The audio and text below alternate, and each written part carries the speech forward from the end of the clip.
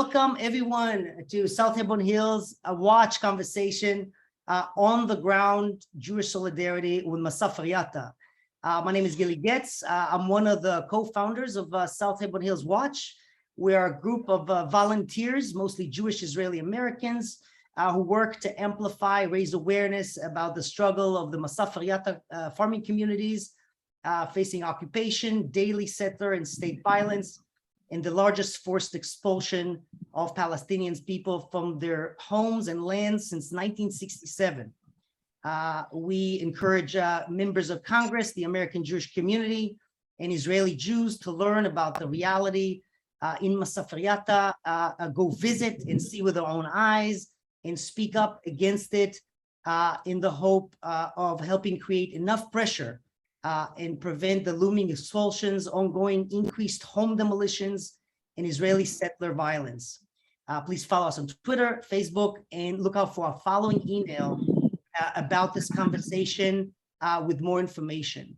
I want to join from here for the call for the immediate release of Hafez Fouane, who is still under arrest after being violently attacked by armed and masked Israeli settlers last week, are working on his private land, as the video of the incident clearly shows. I will post a petition and it will be in our following emails. Please sign it if you can. Hafez will be brought in front of a military court tomorrow in a court in a country that he's not citizen of and has controls every aspect of his life. There are planned Palestinian Jewish Israeli protests outside the court tomorrow, calling for his immediate release. The attacking settlers have not been detained or arrested as of yet. The community of Atwani is in our thoughts as we are praying for Hafez to be free. So a few housekeeping, please keep your write your questions at any time to Peter directly, and he will look through all the questions. After the hour, you can stay for another 30 minutes where we have an open conversation with our panelists. You can unmute yourself and ask questions directly. We find that very useful. Before I hand it to Peter and our inspiring panel, we are so grateful for you being here.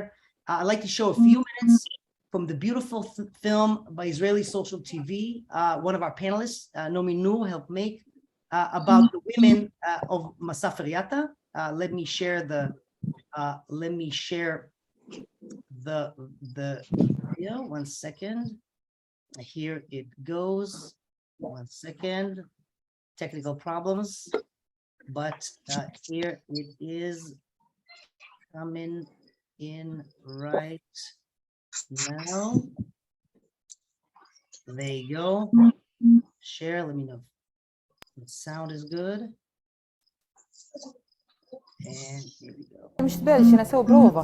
طني يلا الباربي لا لا لا لا لا لا لا. واحد اثنين. خلاص نبلش. يلا أول إشي أعرف عن حالي. دير ياسمين. دير يا نصر النبوشة. أنا من القدس. نصوصي عادي بيتنا هون. بحب أسكن يعني يطلع شباب أبويا. إحنا في النص بين المستوطنة والخربة. أنا هبة العذراء من مسافر يطا. وفي ناس ما بتعرف مسافر بيسألونا يعني بده يصير عندك هجير. بحكي لنا النساء بطلنا نفكر شو بدنا نسوي بكره، بنفكر شو الجيش رح يسوي بكره.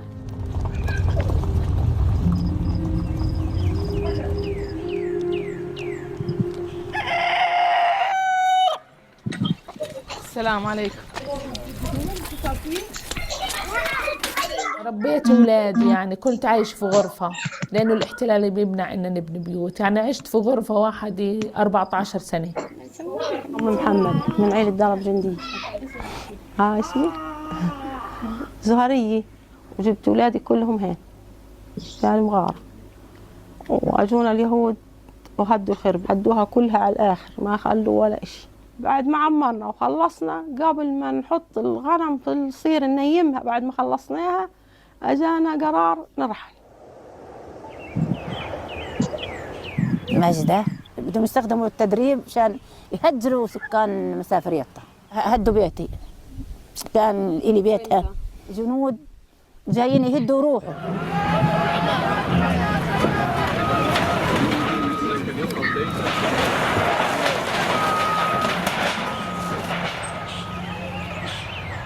بعطوا شوكس، احنا خايفين انهم يهدوا.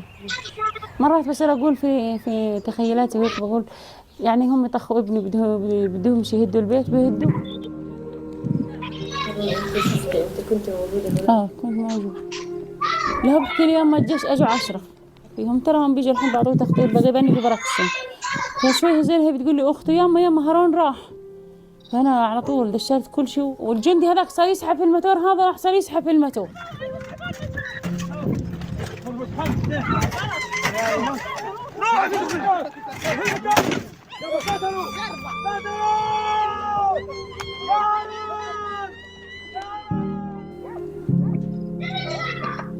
بس نتأمل من الله لو انهم يسمحوا لنا بس نبني غرفة ومطبخ وحمام واقعد ابني فيهن ونقعد احنا فيهن، خلاص بدناش ولا شيء.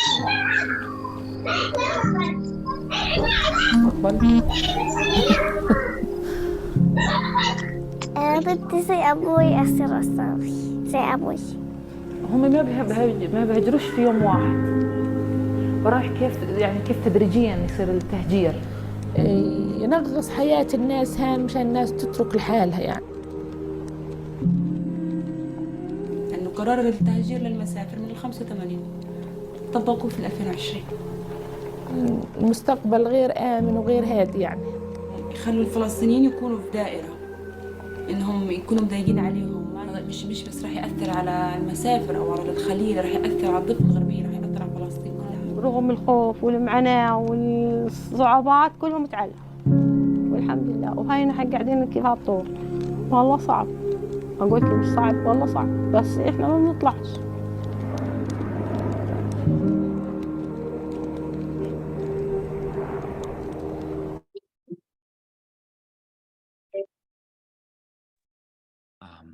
Thank you. That was very powerful and very infuriating. I want to ask, I'm going to turn to each of my name is Peter Beinart. I'm going to turn to now each of our three panelists and ask them to introduce themselves and talk for about 5 minutes about their role in the struggle in Masafer Yatta. And I'll start with Auda. Do you want to unmute yourself and introduce yourself and speak for a few minutes?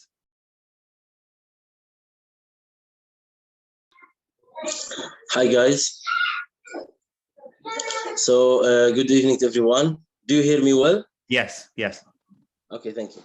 So first, my name is Auda Hadalin. I'm from Al Khair village, 28 years old. I'm a teacher and also I'm a father. I studied English teaching method in one of the universities in Hebron.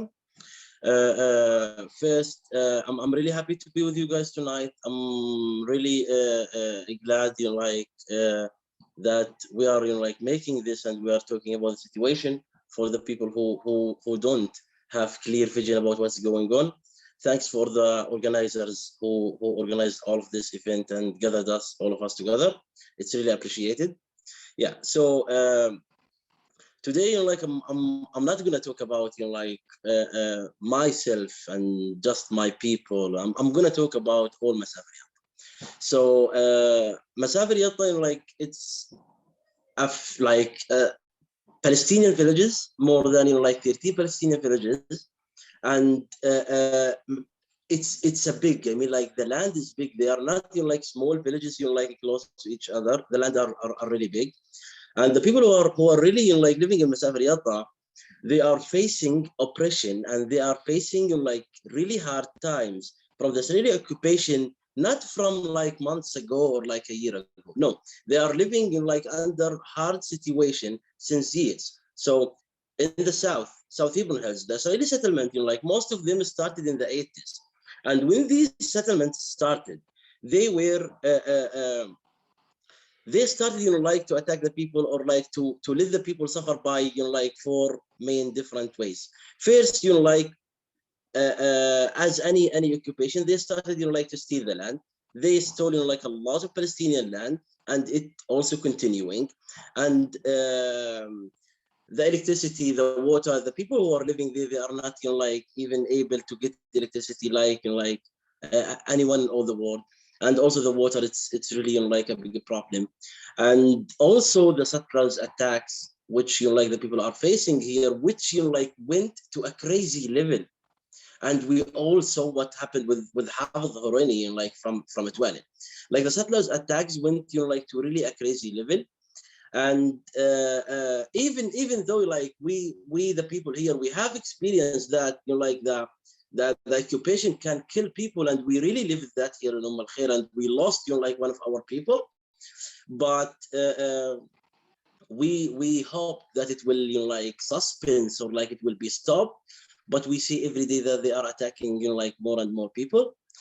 And the last thing I'm going to mention, like that the people are facing here, it's like the demolition. The houses, like their houses all the time get destroyed. And if I'm going to talk about the demolition, I need like hours and hours. But like something really quickly about the demolition. Demolition, like it doesn't like for us here, the people who are living on the ground. Demolition doesn't mean that they destroy my house in front of my eyes. Demolition doesn't mean that like I will be like without a house like for a while. Like for us, like we lived these feelings, but we adapted. We forced ourselves to adapt it with that. But for us, the demolition now, it's about feeling. Like some of the statistics which like some Palestinian organizations like did in South Hebron Hills, the numbers like in these statistics are really shocking. More than like 50%, for example, from the people here, the children here, for example, in my village, see nightmares from the demolition. And it really affects every single one in all the South. It really like affects everyone here, because most of the people in Masafer Yatta, their houses got destroyed at least once or twice.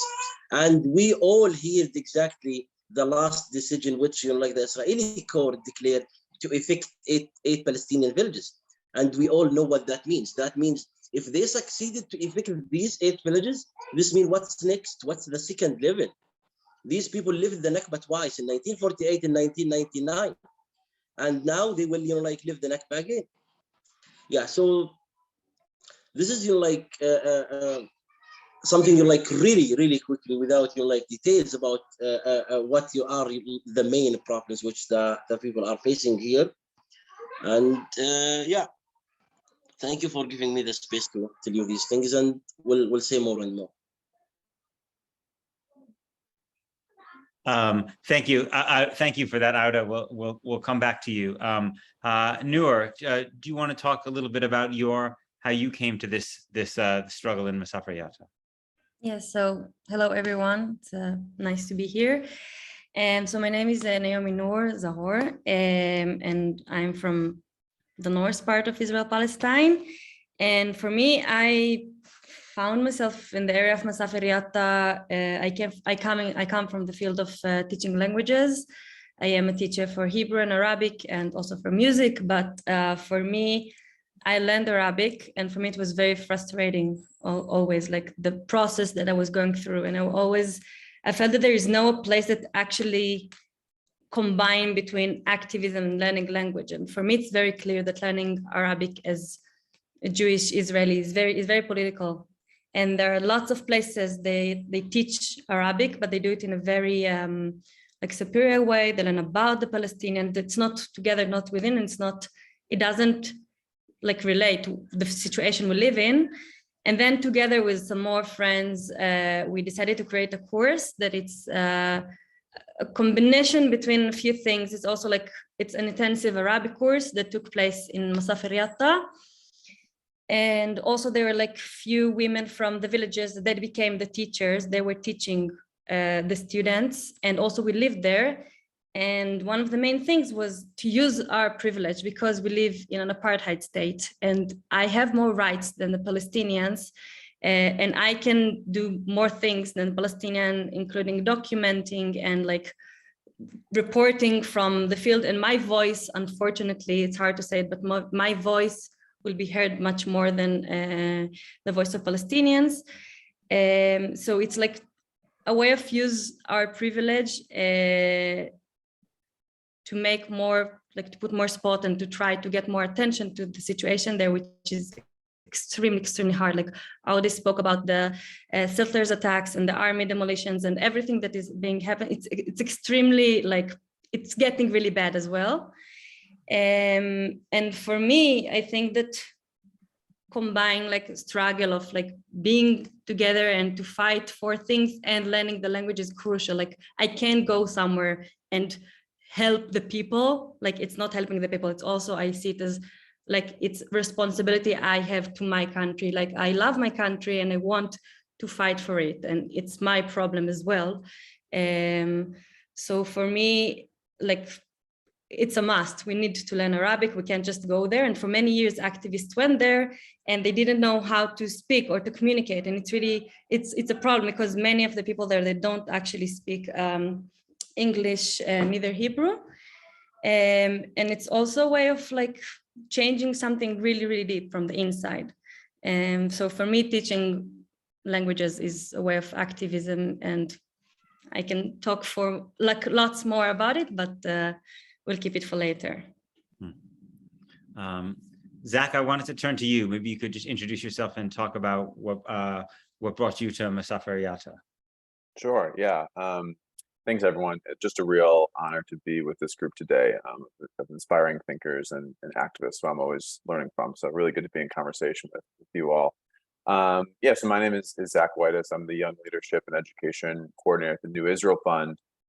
Before joining the New Israel Fund, I participated in a program called Hinenu through the Center for Jewish Nonviolence, in which myself and a cohort of American and Canadian Jewish activists came to the South Hebron Hills in Masafer Yatta for a 3-month-long intensive solidarity project.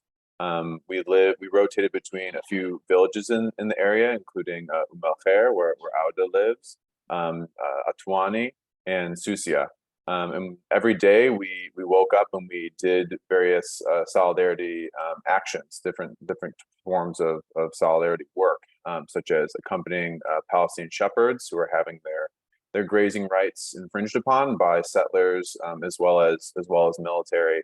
We would provide protective presence as internationals, sort of as Noor said, using our privileges to provide some measure of deterrence against settler and state violence. We would also document human rights abuses and interactions between Palestinians and settlers and the military and police.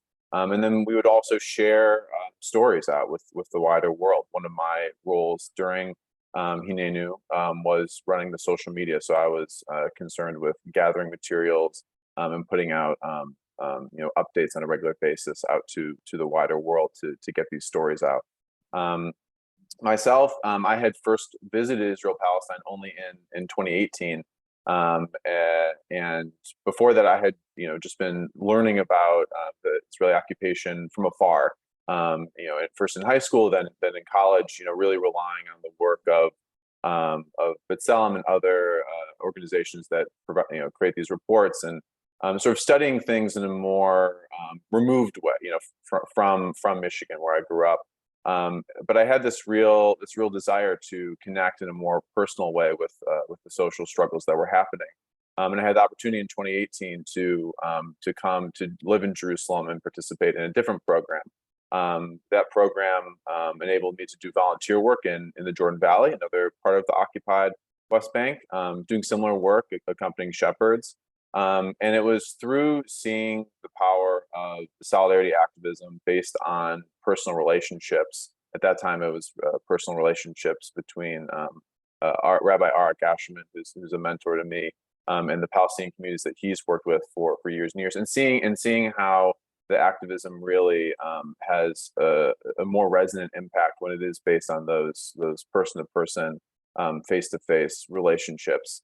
And so when the opportunity to do Hinenu this year came about, I knew that I had to do it. I knew that I needed to come back to really put my own body on the line for the struggle.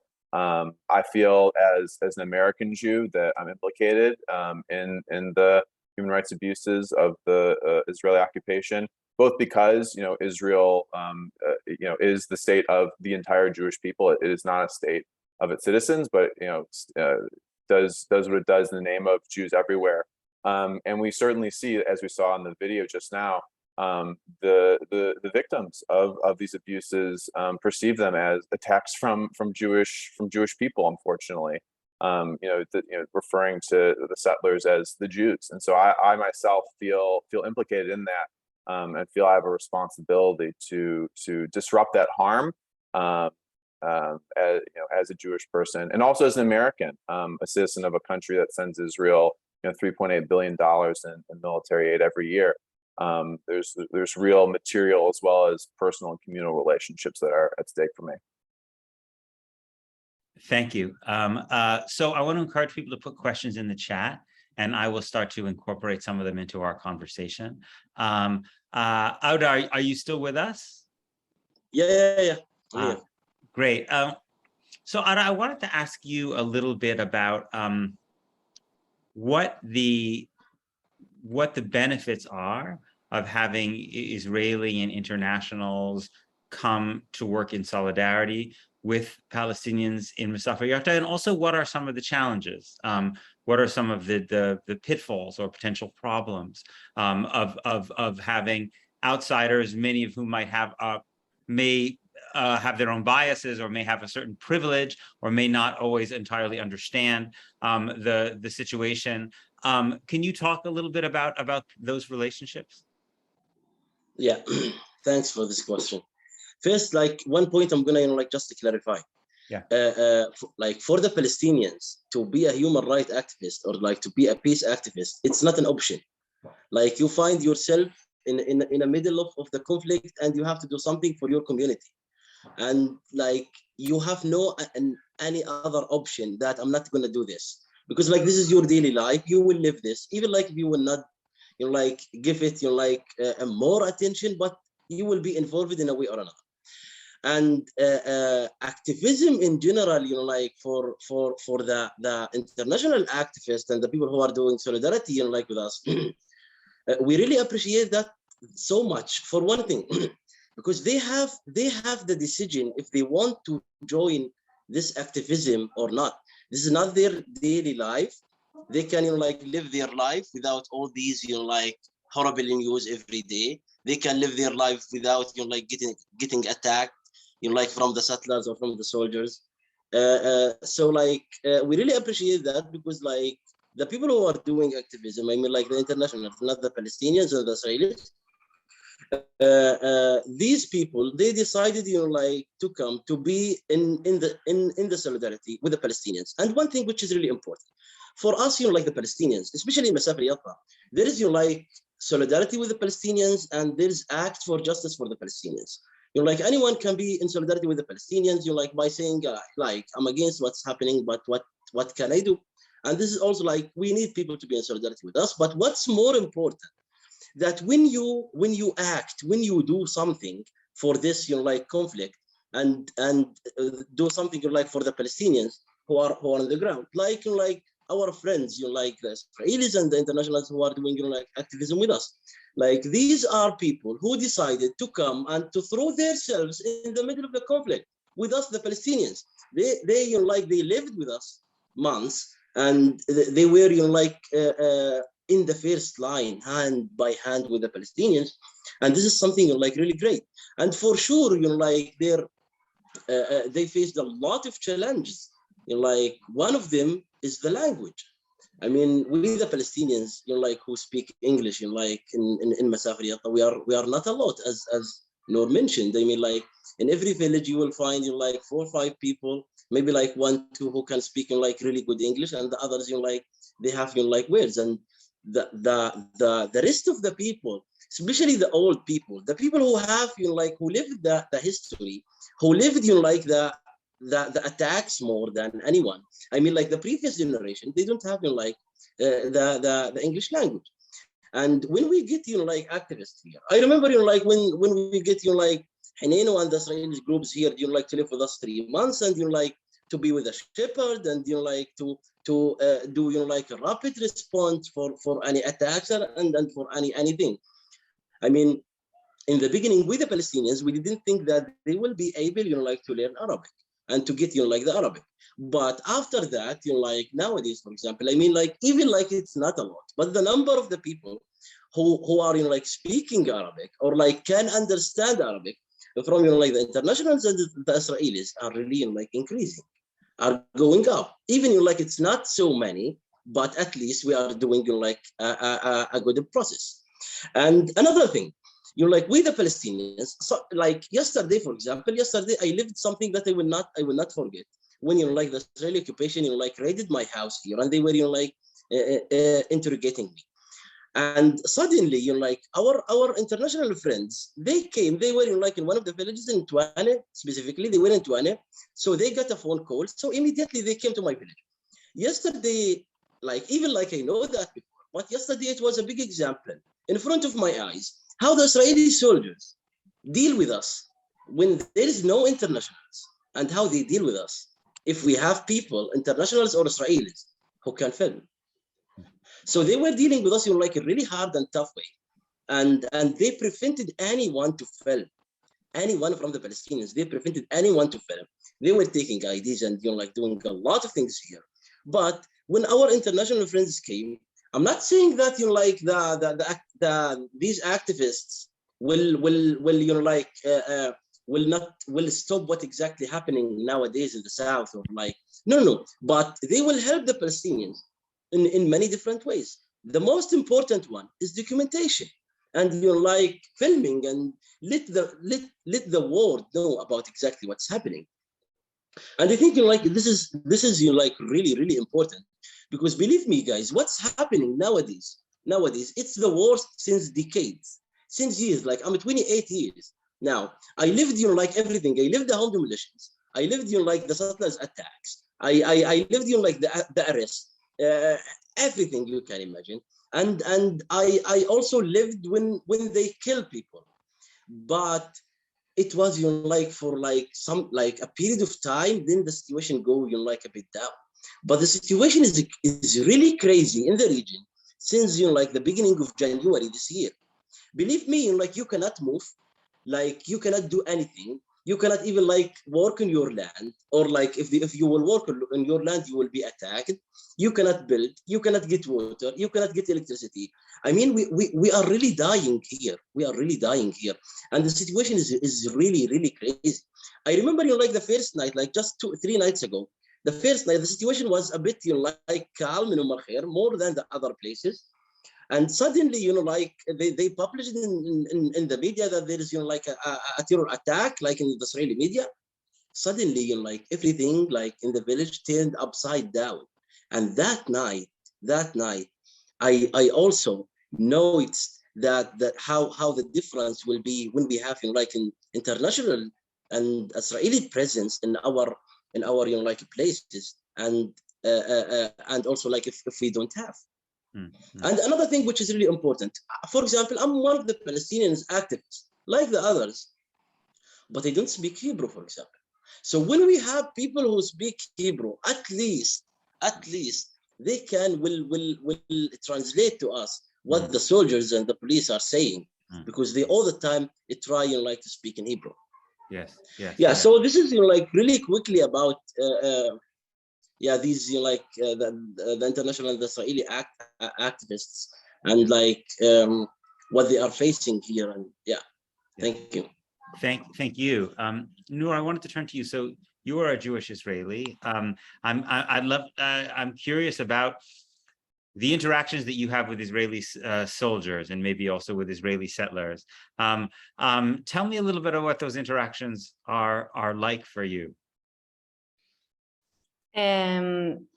It's a question we get a lot, and during the time it changed, like my answer have changed, because at the beginning they were very confused. Like I must say that it was the first time that a group of Israelis actually came to live there, and everything built on connection. We didn't build the trust and the connection that was there before. There's like a group called Ta'ayush that go there on a daily, on a weekly basis. Every Saturday they go there. So it's important to say that, first of all, it's not taking for granted that a group of Israelis will just come to the West Bank and live there.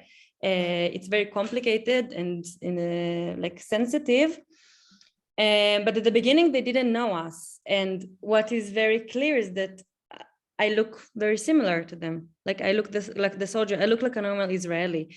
And because we are extremely racist and we do like profiling for everything, it was very confusing to them at the beginning, like where to put us, in which form. Like there was like an error in their brain, like first thing the soldiers and also the settlers. With the time, it didn't take a lot until they started to recognize us, also our cars and like the different like figures that, because we lived there for 4 months and then for 3 months, so we stayed there for quite a lot, which was also confusing for them at the beginning. They were like, you are living here. It's like, it's something, it's people can't understand it. Like even for me saying to Israelis that I lived in the West Bank, also for Palestinians, it's like people don't do that, except like if I'm a settler, but I'm not. So at the beginning, we had some kind of, it was okay, and we can took advantage of the thing and like to be more like in the front, and then it changed, like they flipped on us.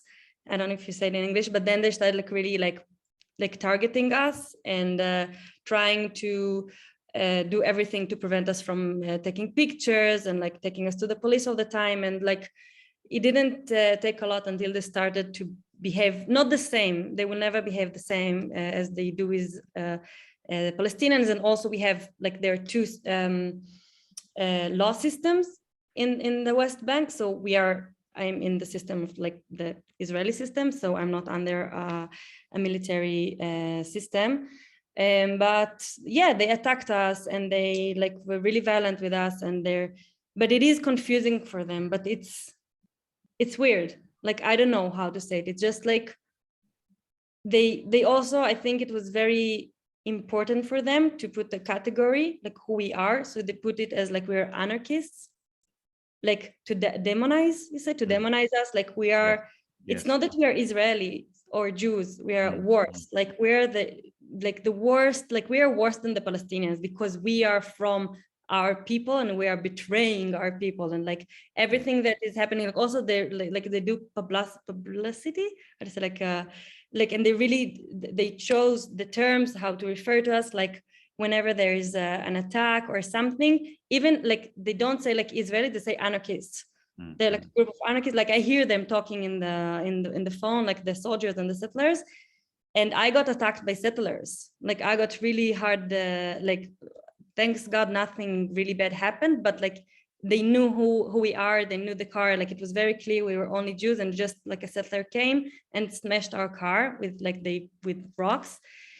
And it took 3 days until they took him into investigation. And like it just, I don't know, I'm not surprised anymore, but I am surprised whenever things, even like the thing that happened with Hafiz Horaini, like I'm not used to it, and I don't want to get used to it, like of how not okay it is. I was about to curse, but I will keep my language. Yes. Now, this is a point that George Orwell made very famously, that if you want to brutalize people, you need to first find a language that will dehumanize them, so that it will, so that you will not feel the sense of their humanity, and it will become easier then to act. You know, whether it's referring to Palestinians as terrorists constantly, for instance, or in your case talking about Israeli activists as anarchists, whatever exactly that's supposed to mean.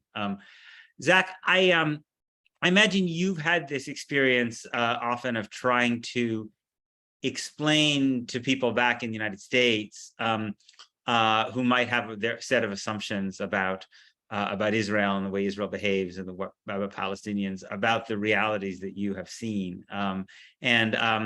I wonder if you can talk a little bit about the challenges of that you found in actually trying to get through to people about what the reality is like, when that often can require cutting through very deeply internalized layers of often racist and dehumanizing views about Palestinians, and a kind of a notions about Israel that are often built on a certain identity needs that American Jews have, but may not actually bear much relationship to the reality. So I'm curious about your experience with that.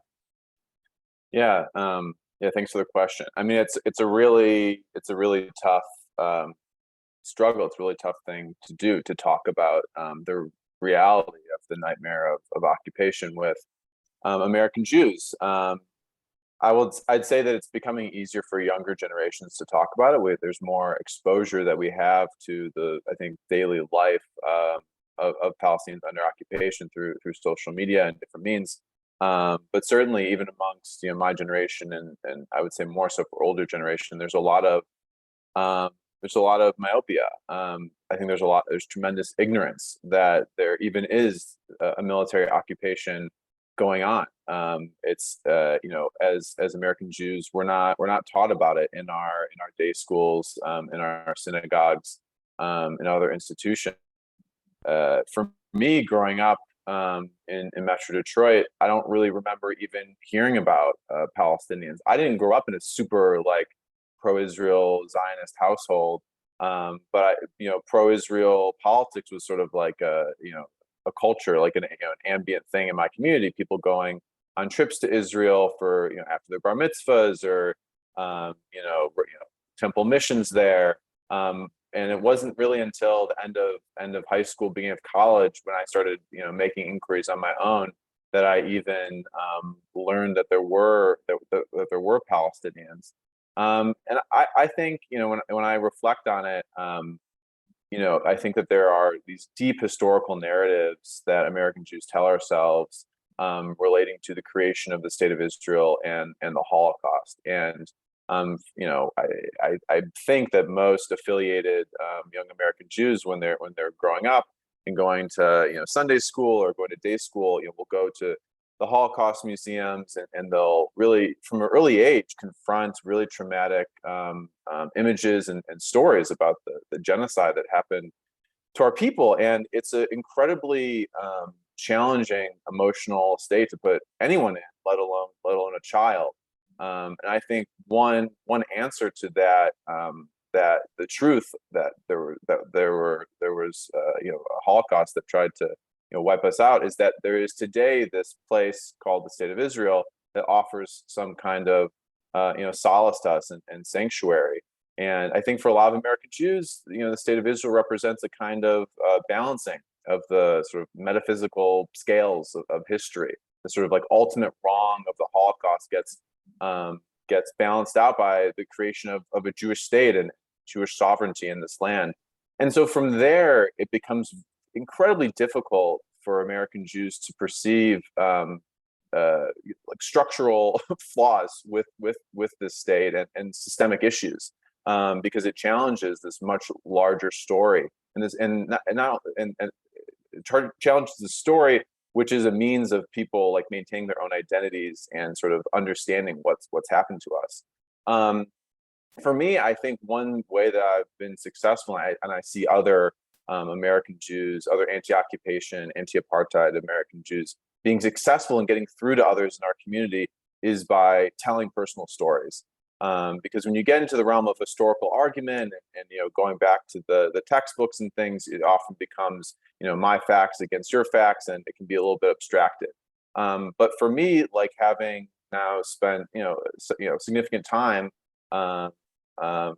seeing the reality of occupation up close, I can tell stories from my own experience. I can talk about, for example, the night raid that happened on Tuwani on my birthday this year, on March 21st into the 22nd, when Israeli soldiers not only pointed guns at our Palestinian post in Tuwani, but pointed guns at us as well. And when we asked them what they were doing there, they refused to answer. And they, in the end, they arrested no one. They marched around the village for a couple hours, threw some stun grenades, and then left, leading me to think that this was just some kind of training exercise to them, a training exercise that that terrorized the village for a night. And unfortunately, this is an occurrence that happens weekly, and in the case of the past few weeks, daily in these villages in the South Urban Hills. And so when you have these personal things that happen to you, you can go back to your communities in the States, and of course, some people will say, "Oh, you're lying. Oh, you're manipulating." But ultimately, though, I don't find that so much. And people are forced to confront the reality. You know, there's some opening there for further education and development, but it's very difficult to get through to people. We've got a couple of questions in the chat which really have to do with what the state of affairs is right now on the ground in Masafer Yatta. For instance, are the southern villages empty, or have people been able to return and rebuild them? Are there more demolitions moving in northward in Masafer Yatta? So maybe you can just give a little bit of a sense of what the reality is as we speak right now in the different villages in Masafer Yatta. Yeah, so the situation in Masafer Yatta now, it's really like scary and really crazy at the same time. Especially like after I'm gonna separate it in like for two sides. Like I'm gonna talk about the situation like in these 8 villages which got like the eviction decision, and the situation like also to the other villages like who are around like, and also in South Table Hills and Masafer Yatta. First, for these villages, for these 8 villages, I mean, the decision itself destroyed their lives. Yeah, now they are really scared. They are really broken, and after like the training, the army training, and after they made like Masafer Yatta as a military base, like everything is really hard for them. They cannot move. They raided their like houses at night. And also just imagine that you live in like really close to like a military training. Just imagine that like the bullets reaches the roof of your house. I mean, it's really really crazy. Also, they are, as I mentioned, they are like raiding like the villages at night. They are like confiscating any car. If it's legal or not legal, they are confiscating any car they catch in Masafer Yatta. Even though like even though the teachers who are teaching like in the schools in Masafer Yatta, they have to be in their schools at 8. So just imagine like as I heard like from like some of them, because one of my friends is teaching there. They told me, instead of reaching our school to teach our students at 8, we are reaching at 11, and they are confiscating our cars, and we need to walk like more than 7 and 8 kilometers like to get to the car. And also they didn't stop also with the teachers. Even the students themselves, they got like detained a lot. They stopped them like in the heat like for hours, and it happened like that some of the students like fell down because like they didn't like from what they faced also like outside in the sun like for long hours, so they just collapsed. So, and also I mean, some people like who are living in 8 villages, like in these 8 villages, they are really relatives. For example, like you will find a girl like married to another village, or like 2 brothers, one of them living here and the second one living in that village. These people, they could not visit each other. They could not see each other.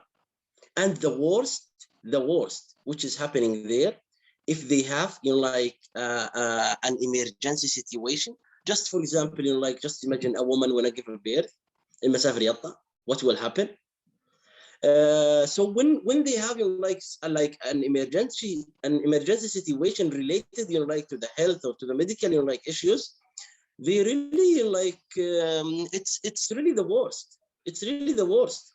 Even though like that every day there's a training, and like they see the soldiers while they were training, and the people in Masafer Yatta, like we were like resisting that in the first like a few days, but we found like ourselves in a position that we have nothing to do, because if we will do anything we will be attacked.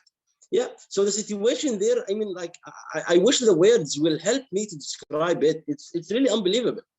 About like the rest of the villages, I mean, they are really scared. Why? Because like if the Israeli occupation succeed to evict these people, more than like 1,000 and like a few hundred people, if they evict these people and if they force them to live a new Nakba, this means that they will not stop. like what will be, like their next level. They will move, like to the villages which, like they are closer, for example, to Masafer Yatta, like Al Khair, like, like Mufaggara, for example. And like, what's about the other villages like Sha'b al-Bottom, like Susia, like Itwan, all these villages. And even though, like we the activists, like in the area, and also according to, like all of our international friends, like anyone who's, like in solidarity with the Palestinians, we started, since we got the news, that we started, like to push the media to like let all the people know about this and about what's going on, because like two stories all the time inspire us here in Masafer Yatta, inspire, like every single one who have hope. The first one is Susia, because Susia one day got, like an eviction decision like this, and after all what happened, like they suspend that. I'm not going to say stop it, because no one knows the future, and we don't trust, like the occupation. And the second story, which like we lived and we were, like staying there in Al Khan Al Ahmar, and I'm sure like most of you guys heard about what happened in Al Khan Al Ahmar like a few years ago. So after they got, like the eviction decision, and when the world, like all the world stand for that, and like the politicians were saying, like and writing a lot about this, it got stopped. So like these stories all the time, like inspire us, and we wish and we hope and we pray that what we are doing here with all of the people who are in solidarity with the Palestinians, that we will get, like to a good result at the end. Because as I said, the situation here, it's the worst since decades. Here we are sleeping in houses, but we don't have any guarantee or any sign that we will sleep in the same house tomorrow. Here we like every day, now we got used to that. Every day something big will happen. Every day something big will happen. Like you are risking not like a small thing. We are risking our lives here. We are risking like our children here. And I'm not blaming all the old people in Masafer Yatta from losing the hope, because like just to let you know that the old people now, they don't have hope about like the future, and the future that like the justice will take a place. And like I'm not blaming them, because even me myself, as one of the guys who are like we are in the beginning like of like our way, we saw a lot. I'm 28, but I feel I'm over 50. Like everything bad we lived, everything like hard we experienced, and it's the worst. It's really the worst. When you used to be the source of hope, when you are the source of hope, and you find yourselves in a position that you have to pretend that you still have that hope while you lost it for something happened. And this is exactly what happened with us. I'm sure you heard about what happened to Haj Suleiman. I'm sure you heard about what happened to Harun Abu Ram, a guy who was like 24 years old, a guy who was like bringing and getting like incomes for his family, and like he was like running, like, and suddenly what happened? Now he's like disabled. He cannot, and like as because my cousin is like his therapist, and he talked with him. So like my cousin told me, Harun, he said to him that Harun is praying every night that he die. So like these attacks, these stories, I mean, once we see and we find ourselves like, yeah, like we are doing something great, we are like walking like on our way to get justice, like we live one of the stories which take us like back like a few steps. And the last one, which happened with Hafez Horaini, like a man working on his land. And what happened when like a settlers attacked him with guns and with iron meters? What they wanted him to do, just to stand like this and let him like let them kill him? For sure, like I'm going to defend myself. And the issue that what they like also like wrote about that in the media and all these things. So guys, I'm like, there is a lot to say, there is a lot like to explain, but I'm gonna like stop here, like to give like space for more people. So thank you for listening to that. About to move to the movie. We have a question. I wonder if Zach or Noor knows the answer about whether about how much access the media has to Masafer Yatta. Can the media is the problem that the media is restricted in its access, or that it has access, but that's just the media isn't covering the story that much? To either of you who might know about that. Sure, go ahead. Or Noor, do you want to? So as I would say, the situation really changed since they the Supreme Court declared the whole area as a firing zone rapidly. It was a very rapid response that the day after they started to behave as if it's a firing zone, and they prevent almost everyone from going there, and they arrest everyone. They do let media to go there, but it's very, very hard. It's inaccessible. They're ruining all the roads there. So it's very hard. This is something that they do. They like disconnect everywhere there.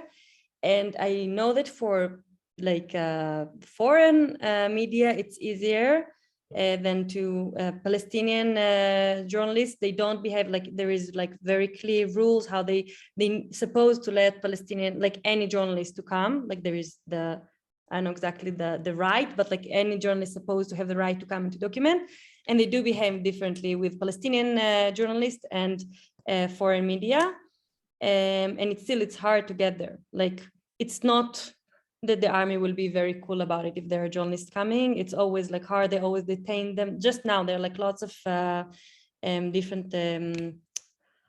Sorry, everything in my mind comes first in Arabic, and then I need to translate to English. So they do a lot of tours, and it's always like it's hard. It's not accessible. Zach, if you want to add something, feel free. You know, more from the perspective of the maybe. Yeah, just briefly.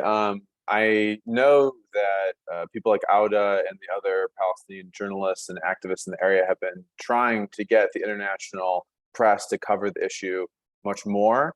When I left the South Hebron Hills, the New York Times had not said a word about Masafer Yatta, even after the Israeli Supreme Court decision came down. I just quickly searched the New York Times website for mention of Masafer Yatta in the two different common spellings, and I haven't seen no results came up. Maybe someone on this call has the power to change that for the New York Times. I'm not sure, but I think that the silence of the international community and the international press is deafening, and you know, the successive Israeli governments are only able to carry out this policy of forced transfer so long as the international community stays silent.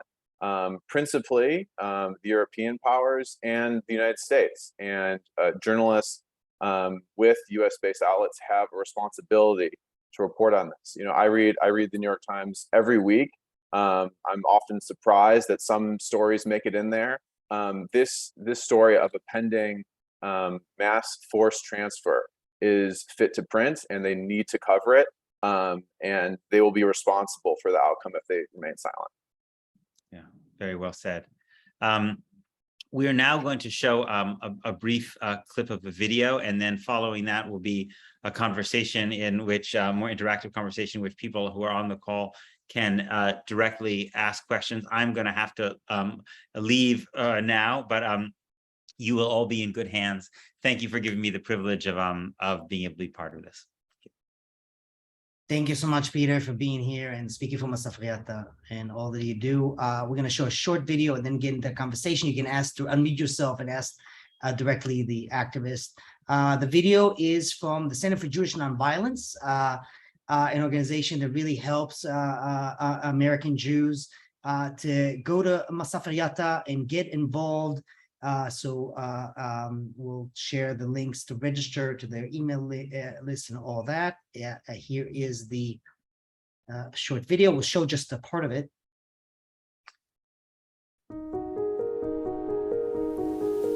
In the years that I lived in Israel, I actually always had a question, and it turned into a burning question. Why aren't there more Jews from around the world joining the Palestinian and Israeli nonviolent movement? Jews have been in solidarity with and supported civil rights movements and human rights movements around the world for decades, potentially even for centuries. Why weren't more of us here, in the place where I would argue it matters the most?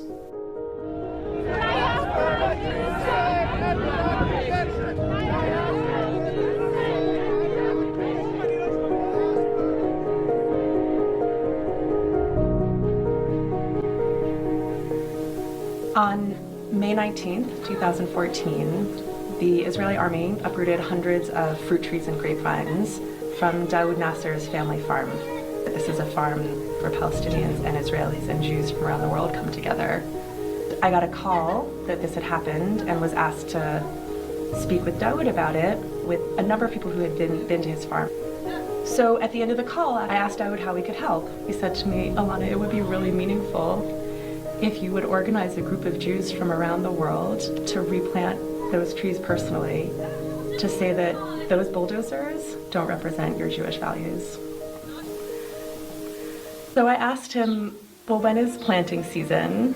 He said, it's in 9 months. And I thought, well, I just had a baby in 9 months. So I can probably organize a group of Jews from around the world to come do this replanting in 9 months. And that was the beginning of the Center for Jewish Nonviolence. On a typical delegation, we have 3 types of nonviolent work that we engage in. One pillar of the nonviolent work is the educational projects, the storytelling, the touring. The second pillar is what we call community co-resistance projects. So all of our partners face different threats of home demolition, eviction, lack of access to land, resources. So we work on projects that our presence as a large group of international Jews makes possible, that affirm right to land, of home, affirm access to resources. And then the third component is civil disobedience or nonviolent direct action. Again, leveraging that international Jewish privilege that wins significant material gains for our partners and also brings attention and spotlight to the issues that they're facing.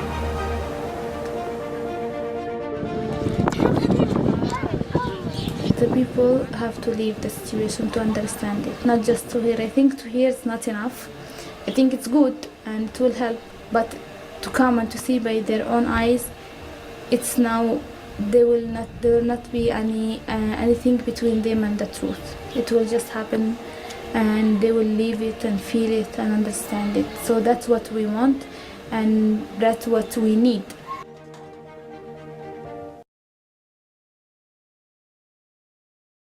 All right, thank you, everybody. So we'll open the chat and just write your name or raise your hand in the raise the hand button, and we will unmute you and you can ask directly the panelists questions. I'd like to, let's see if we do is the chat open to everybody?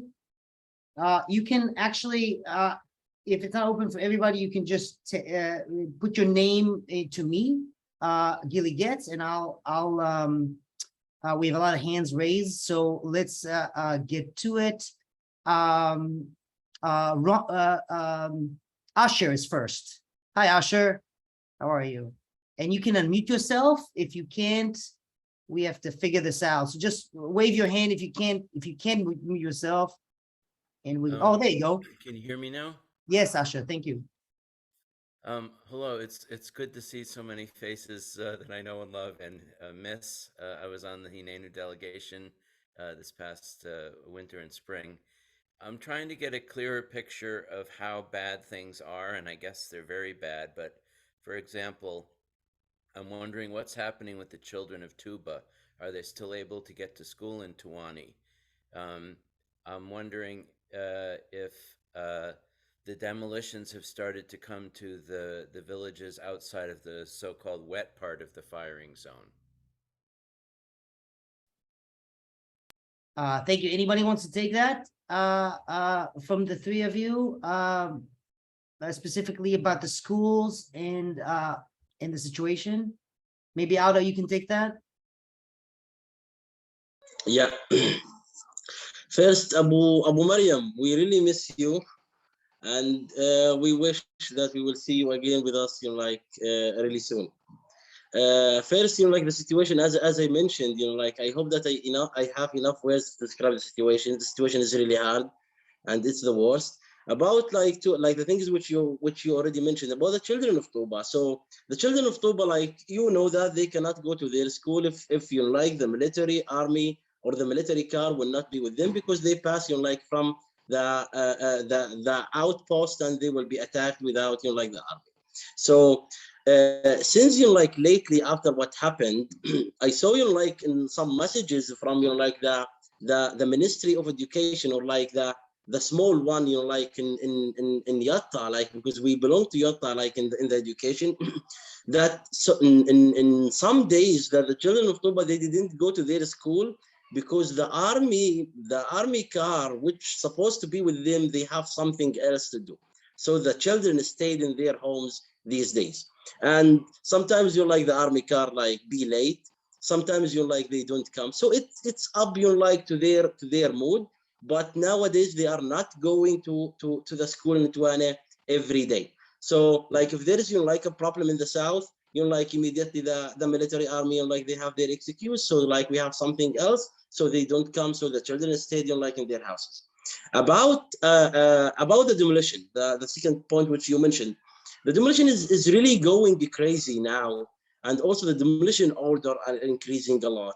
So like in South Hebron Hills, like in general, you know, like in Masafer, Yatta, and also these villages like Al Khair, Tuane, Sofia, these villages like who are, you know, like in the first line, the like you can say that every week there is, you know, like a demolition process or like a confiscation, you know, like in the south.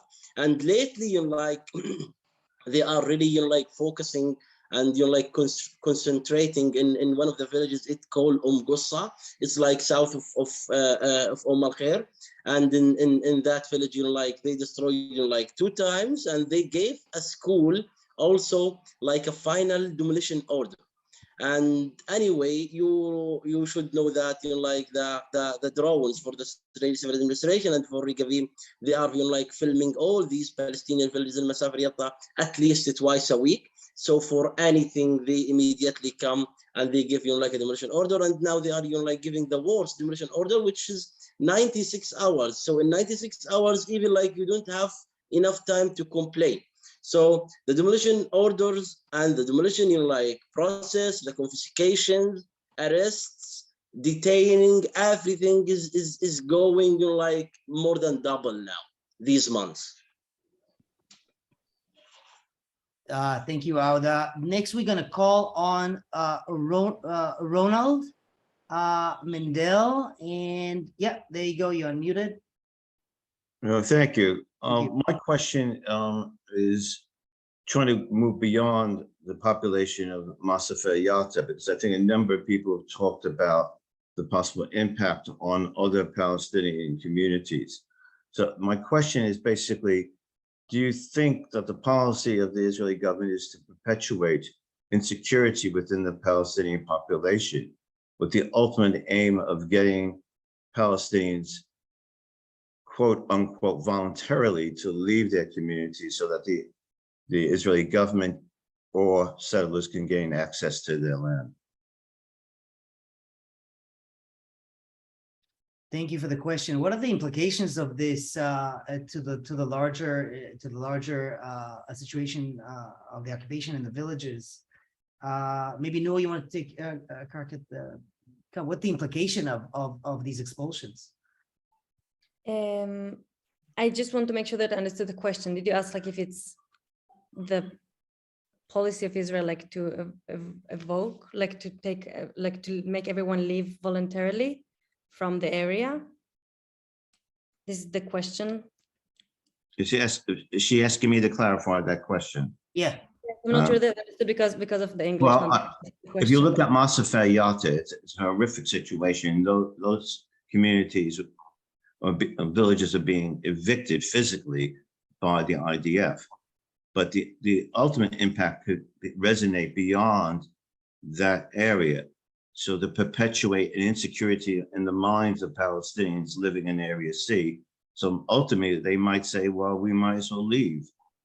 They won't face eviction orders, but the message is that their lands are not secure. They're not secure. So they might as well voluntarily, quote unquote, leave. That's my question. Yeah, okay, I understand. Yeah, it's a very good question. And I think by the question, we can understand how brilliant the Israel policy and how it behaves, because actually what happens in Masafer Yatta is exactly what happens in Sheikh Jarrah and in other places and in the Negev, like in the south of Israel. Like it's the same policy that Israel, it's the same technique and the same way of they behave and they deal in the same way, and they have one purpose, which is like to lay ahead, to make the area Jews. I don't know how you say it in English, like lay ahead. To Judaize, to make Jewish, yeah. Yes. And what we see now, it's like it's plans from 30 years ago. Like now we see plans that people talked about, like people from the army, people from the government, already 30 years ago. Now we can see how they implement like roads and how to separate different villages from each other. And definitely they do want to make people leave. And the fact that the settlers are so violent, it's the state, it's not the settlers. The settlers are violent because the government wants them to tool by the hands of the government. And of course, people are afraid. People like, it used to be a community of shepherds, and now like there are much less shepherds because people can't go out shepherding because they get like physically attacked from settlers, and they're afraid, as simple as that. And as well, the thing is, like Israel used different techniques to make people leave because it's private lands. They can't force people to leave. So they will make their life as miserable as and not like it's not it's unhuman. How do you say, like they make them live in inhumane. Yes, that they just at the end they have to leave. Like people don't have water, electricity. It's just like dhulum. There is a word in Arabic that I don't know how to translate it. It's like the worst. How can you say dhulum بالإنجليزي? I think it's oppression, but I'm not sure about it. Yeah, it's just it's like it's evil, but with like a lot of, I don't know, it's like very, very hard word that just this what Israel does, and it's all over the country. It's not only in Masafer Yatta, and we need to look at it as a bigger problem, like all over this area, like from 67, 48. Thank you, Noor. Yeah, there's a very similar struggles in other parts of the occupation and in the Negev, and it's important to keep this as part of a very large system. I put in the chat 2 important links. One to follow Humans of Masafer Yatta. It's a project Outa is involved with, and you can read there about the experience. It's like in collaboration with 972, a wonderful thing to sign on and get the information and get the other one is the Center for Jewish Nonviolence. Sign out to the newsletter. You get updates about the upcoming delegations and work. I'm going to go to Jim for the next question. Hey, Jim, it's so good to see you. I think you can unmute yourself now. Great. Hello, am I unmuted? Can you hear me now? Yep, perfect. Can you hear me okay? Yep. Okay. So, hey, I'm curious about the Access South. Like, it seems like there have been legislative moves to make it harder for internationals and Israelis to come in, but at the same time, it seems like with all the infrastructure south and the commuter traffic to Jerusalem from the South Hebron Hills that they've been fostering, like it'd be easier. Like I'm wondering, can my sister, I want to tell my sister to come visit you out, that. And so can they go? And what's up with that observation tower outside of Tawani? Is that being built now? And can people go to Tawani, or are then they just like all harassed and people not going?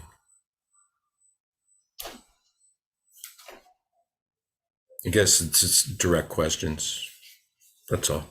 It's great to see everybody who I know here, and we're all in this, and I'm sorry, Outa. We all want to do more. Outa, maybe you talk about what can people access Tawani now? Can people come? Yeah. So like to Tawani and Susia and Al Khair, like the people can come. But like if there is like anything happen and they like declare the area as a closed military area, like in specific time, so no one can enter. But like to these villages, like the people can come easily because like these villages are at the like entrances of Masafer Yatta, and they are like in the highway. So for example, we have like international presence nowadays, like in Al Khair, in Tawani, in Susia, because like these villages are facing like attacks like since a few days. But to Masafer Yatta down there, I mean, like go deep to Masafer Yatta, like to Jinbat, to Al Fakhid, to Al Markez, and also the other villages. I mean, it's not easy to go there, and you need to see like how's your luck if you wanna like go there. But also it's better to go with Palestinians there. I know that Eid is taking some like also internationals, Basel, also Nasser, to go there. But I mean, it's harder than before. But to the villages, like where they are, like at the beginning, like as I mentioned before, it's really easy to come, and we are having people these like hard times now. Thank you, Alda. Next we'll go to David Reisman. There you go. I think you're unmuted now. Yeah. Okay. Thank you. Really, my question is kind of simple. If I want to come out there, if we want to come out there and work, like do things like Zach has done or like what Noor has done, who do we contact, and what are the best times to go, that kind of thing. But mainly, who would we reach out to and contact? And I have another question, which, okay, first of all, that question. So who would we reach out to or contact? Maybe Zach, you want to take a crack on how do we Yeah, I mean, I think that there are many different entry points for internationals who want to do activism in the region. For diaspora Jewish activists, I would definitely recommend getting in touch with the Center for Jewish they run delegations in addition to doing the longer term project that I did and Haj Ashur did as well. But there's other opportunities too. For young people in the U.S., you can do one of the fellowships that my organization that I'm a part of offers, the New Israel Fund. We have fellowships like the Social Justice Fellowship, which enable people to do year-long activism placements with one of our grantee organizations. And we found in recent years that the activists that we send as a part of the fellowship are also involved in South Hebron Hills, even if that isn't necessarily the main part of their work always. It's where people have been drawn in recent years. And there's also the Global Activism Fellowship, also for young people in the States, which is a week-long trip where they can meet with the Palestinian and Israeli civil society leaders who are on the front lines week after week, and then come back to the States and continue the fight here, with the benefit of those direct connections and personal relationships with the Israelis and Palestinians who are leading the way. Yeah, David, I think Center for Jewish Nonviolence may be a great place to start. Okay. The other question I had is that I've been trying to reach out to some of because I'm a professor, so I'd like to be able to do some teaching. And so it's really to make contact with some of the Palestinian universities. So I've gotten some responses, but I guess my question is with the new laws, regulations involving people coming in and students and teaching, is that possible to go and, let's say, teach a semester? Are you aware of anything like that going on?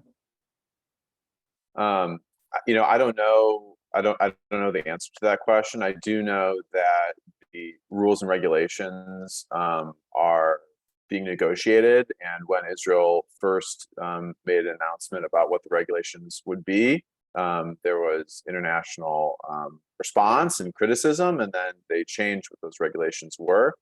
So it seems to me that there's still time to try to influence what those were in order to maintain access to academics like yourself to come to Palestinian universities. It runs against, I think, mainstream sort of like liberal democratic values to sort of stifle that contact between educators and researchers. And so I think that there's an opportunity right now to be demanding that those channels stay open. Well, okay, I'll keep trying. Thank you. Thank you, David. And the American administration was pushing back on the new regulation that included reporting if you have a relationship with a Palestinian and limiting number of academics. From what I understand, they pushed back. The Israelis agreed not to implement the limits on academics. So I don't know where it stands right now, but I know this is in motion. So please raise your hand if you want to ask any other questions. I have a question in the chat that I was sent about the effectiveness of bodies on the ground. So going there, the question is it effective, and how does it help to put our bodies on the line? Anybody can take that question. Anybody wants to take about the effectiveness of showing up in Masafer Yatta? Yeah, I'd like to weigh in on that. I think first of all that we should think about the activism that's accessible to us. And so if going on, to traveling to Israel, Palestine, and spending a week or 3 months there isn't accessible to you, there's definitely a lot of other work to be done that you can do while still being in relationship with the Palestinian leaders on the ground. But I think that there is tremendous potential for doing on-the-ground activism. I think that it is a way of fighting back against the kind of social separation that Israel tries to implement between Jewish people and Palestinians. And so, apart from the kind of relationship building that we do in the course of this work, there's also a kind of larger way in which we're combating, I would say, the structural nature of this oppression. And I think, we can't always say sort of counterfactually how a situation would have gone had internationals not been there. I will say that after the night raid that I mentioned before that happened on March 21st, on my birthday, we made our presence known as American international activists. We made a lot of noise, sending messages back to our representatives in the States, as well as the U.S. diplomatic mission in Israel. And in the month after that, in a period succeeding 3 weeks in which there had been a raid every night, there weren't any raids. Now, can I say 100% that there was a one-to-one correlation between those things? I don't know, but I think that it certainly helps for us to make a bunch of noise and to make sure that the people in the halls of power are paying attention. And when I can call my representative and say, I'm residing in Umm Khair right now, Israeli military are raiding the village right now, that has a particular kind of resonance politically, and it's just different if it's a Palestinian sending that message. They aren't constituents of my representatives in Michigan or now in North Carolina, and so it's just different. But I will say, like, after doing a program like Hinenu, and developing friendships with Auda and Basil and Ali and Sammy, Hamoudi, and all the guys, as well as Samiha and others, you are transformed yourself, and there's a kind of like responsibility that you carry with you going forward, to continue on the fight, to stay in solidarity in the long term, which I don't know if I would have felt if I hadn't been there. And so I think that the relationship building really like carries this movement forward. And it's really like the bedrock for me, because it's like we're confronting like some of the most like awful things that any of us will confront in our lives, like attacks on human beings and children and houses and stuff. But when you have those like social bonds, like that I feel like connected to Auda or his son, here, like it's like the warmth and the love is like what really like makes this sustainable to me. And I don't think I would have been able to have that had I not been living there for a few months. So I think it's really special, but it's all about what's accessible to you. Thank you so much, Zach. And I'd like to add that we are making some progress in making Masafer Yatta, the specific of Masafer Yatta, known to members of Congress and leadership and people of influence. So we are making progress. They are aware of what's going on. When we say Masafer Yatta, most of them know exactly what we're saying. So they're aware of this process. The question is, when do they choose to intervene and what can they do? And that's another question. But we are making progress in making this known to people with great influence in America. And that's wonderful. Jessica, do you want to ask a question? I saw your hand raised. I know you're driving, so that might complicate things. Yeah, actually, I'm not driving. I'm a passenger. I want to thank all of you for all this work, and I wish I could be there doing something with my feet on the ground. I guess I just wanted to sort of make a comment and a question, which is that I think that a lot of us on this call realize that you can be pro-Palestinian while also being pro-Israel and favoring democracy and being against the occupation and wanting to do what we can. And I guess as I see it in this country, there's so much division and polarization. And I think that it's actually maybe working to the detriment of human rights because, you know, people want to exclude other people from their movements. And I guess I just want to say that I just hope that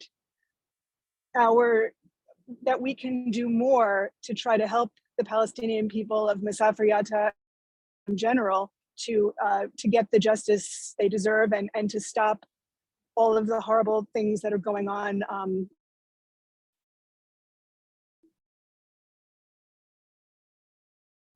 Oh, thank you, Jessica. Something, okay, I think we heard someone went down with the sound at the end. So I think, oh. No, do you want me to restate anything?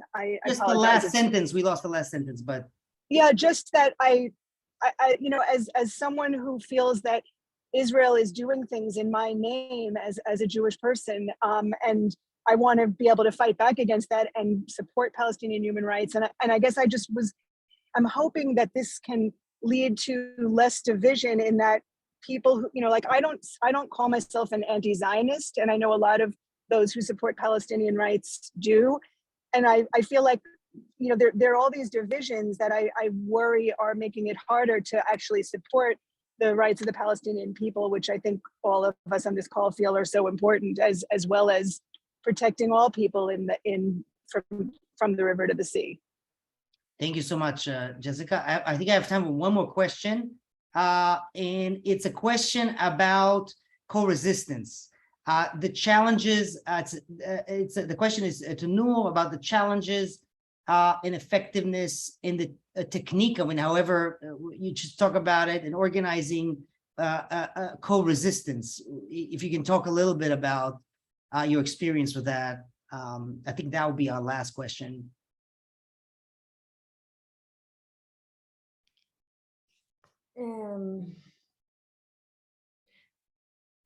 It's a very complicated question because I have different perspective about it, because I think it is very important to do things in co-resistance.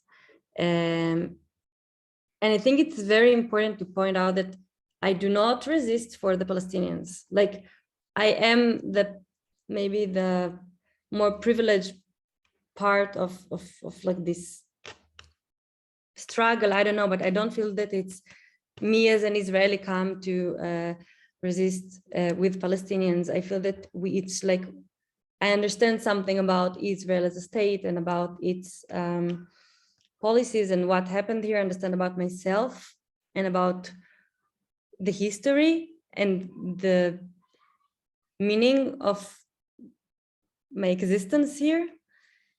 And I think that it's very important for me to resist. And I think co-resistance is a very powerful thing. And it's like, again, it's not taken for granted. Like, it's not obvious that Palestinian will want to do something with Israeli. Like, there is the whole normalization question that we're dealing with. Like, I am very sensitive and I'm afraid. Like, I know that also I can do things that can harm I know that I have a lot of blind spots with this struggle. And I do think that what is very powerful about it, and it cannot happen without it, is a change within me, like inside me, like an inner change of understanding of the history. It's a lot of learning, it's a lot of educating. Like in co-resistance is not just coming to the field and say like, hey, I'm standing here and I'm willing to like take a rock if a settler. No, it's like also educating myself and like doing a lot of work about me as an Israeli and about my own society and about understanding my background and about understanding what even the meaning of Hebrew, like Hebrew in like if I speak Hebrew, how can it received by Palestinians, like to be more sensitive, to understand a lot of things about myself and about what I present, either I want it or not. Like many times I'm like, I'm not an Israeli, I don't care, but I can't just get rid of it. And I don't want, like, I don't want to be something else. I mean, I do want, but I don't want just to like, I don't know. I want to live here. So I think it's a lot of like building trust and learning together and to be like, I don't know, I think while Oda spoke before, I don't remember exactly what reminded me of that, but many people say like, we really support you and we are like, our hearts are with you and we want to be there. But actually it means it's not only like, I feel sorry for something that is far from me, that I have nothing to do with. I hear it and I feel sorry for you. No, it's me. It's like, I know that in order to be part of it, I really need to change and to feel that I'm strong as well. I don't need to apologize for what I do.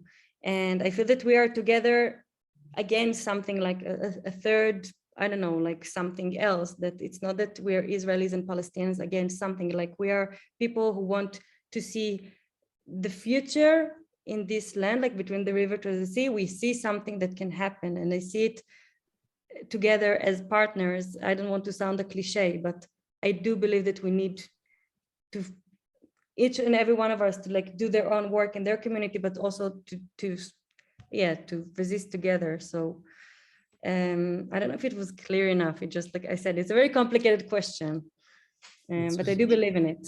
It was great, and I want to thank everybody.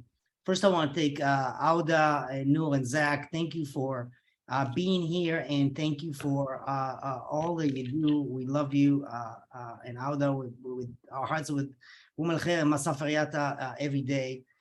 Thank you for coming and participating in this webinar, and look out for our follow-up email that'll have a lot of the links we talked about, a lot of the emails to sign up if you want to get more involved and follow up what's going on in Masafer Yatta. Definitely follow our Twitter feed of South Hebron Hills Watch. It will be on in the email as well. I'd like to do a really big thank you to Ben, Shula, Michal, Ruti, Jonathan, Elaine, Sophie, Arnold, and Robert, who are part of our volunteer collective of the South Hebron Hills Watch.